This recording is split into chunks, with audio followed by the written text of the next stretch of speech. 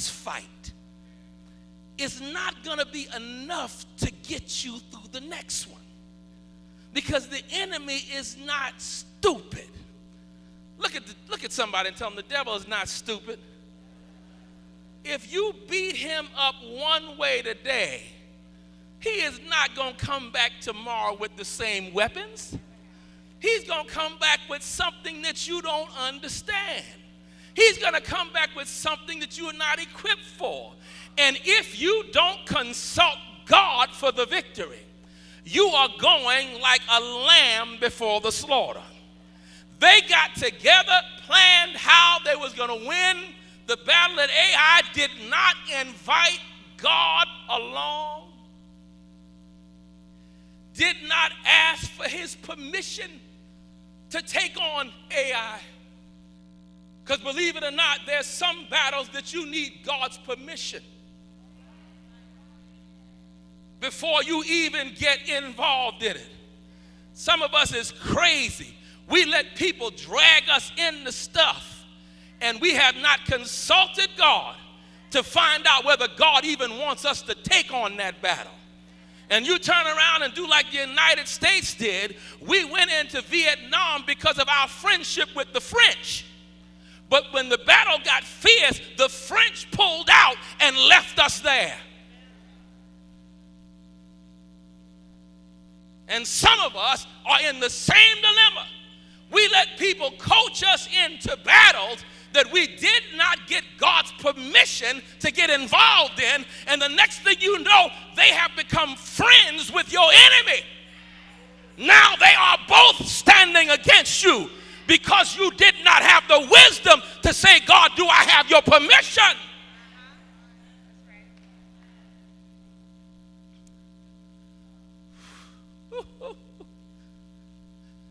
Some of the enemies you got were not even yours.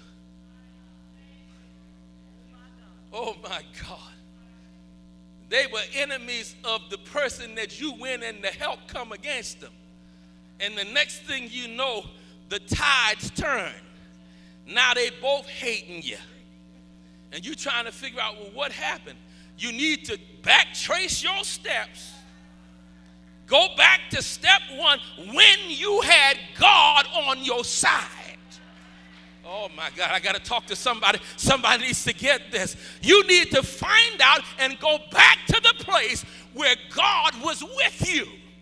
And then check out your steps to find out when he moved away from you.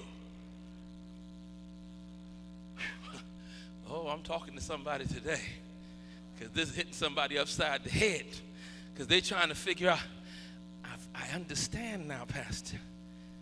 The enemy tricked me into believing that I could win the battle without the Lord. Whew.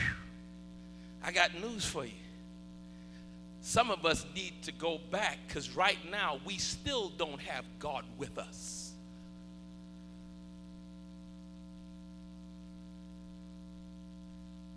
From the last victory to where we are right now, we still don't feel his presence. I got to touch this. There's a difference between walking in a room and the presence of God is there, and everybody feels his presence.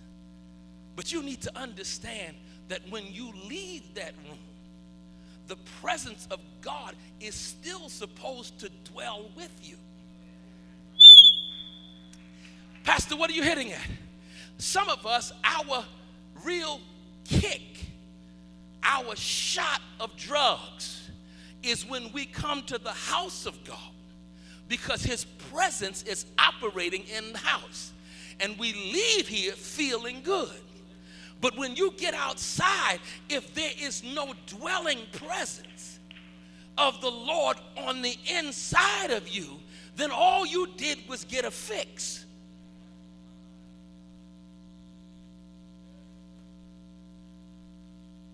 Lord, when was the last time I knew you were with me? Whew. Some of us is going back, wow, It's been so long.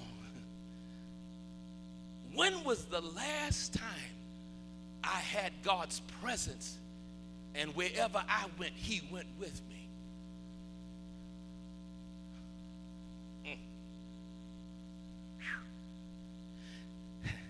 It was not what they did, but it was what they didn't do. I got to hurry and finish this.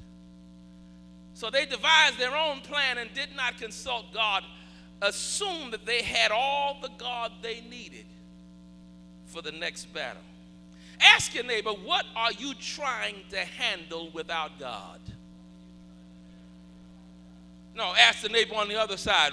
Seriously, what are you trying to handle without God?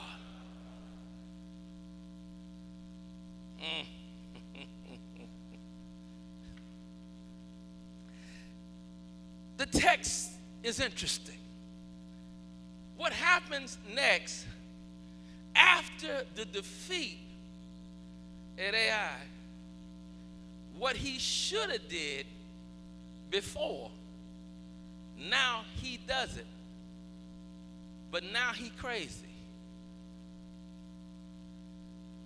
Somebody said, Pastor, what are you talking about?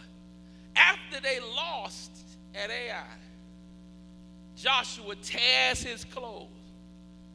The elders tear their clothes. They take the dust and sprinkle it on their heads. And the first thing he says is, why did you bring us across the Jordan for us to be defeated by our enemies, to be destroyed at the hands of the Amorites? Are y'all listening closely to this? We are talking about God's man, God's leader, speaking like he lost his mind. Somebody said, Pastor, what do you mean? He starts speaking about why would God bring them across the Jordan for them to be destroyed, when in reality, if God wanted to destroy them, he would have never brought them across the Jordan. He would have destroyed them right where they were.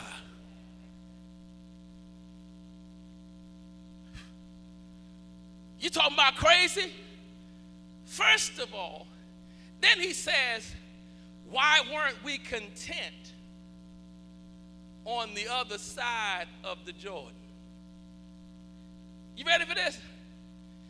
He had been around these grumbling, complaining people for so long that now he begins to talk like them.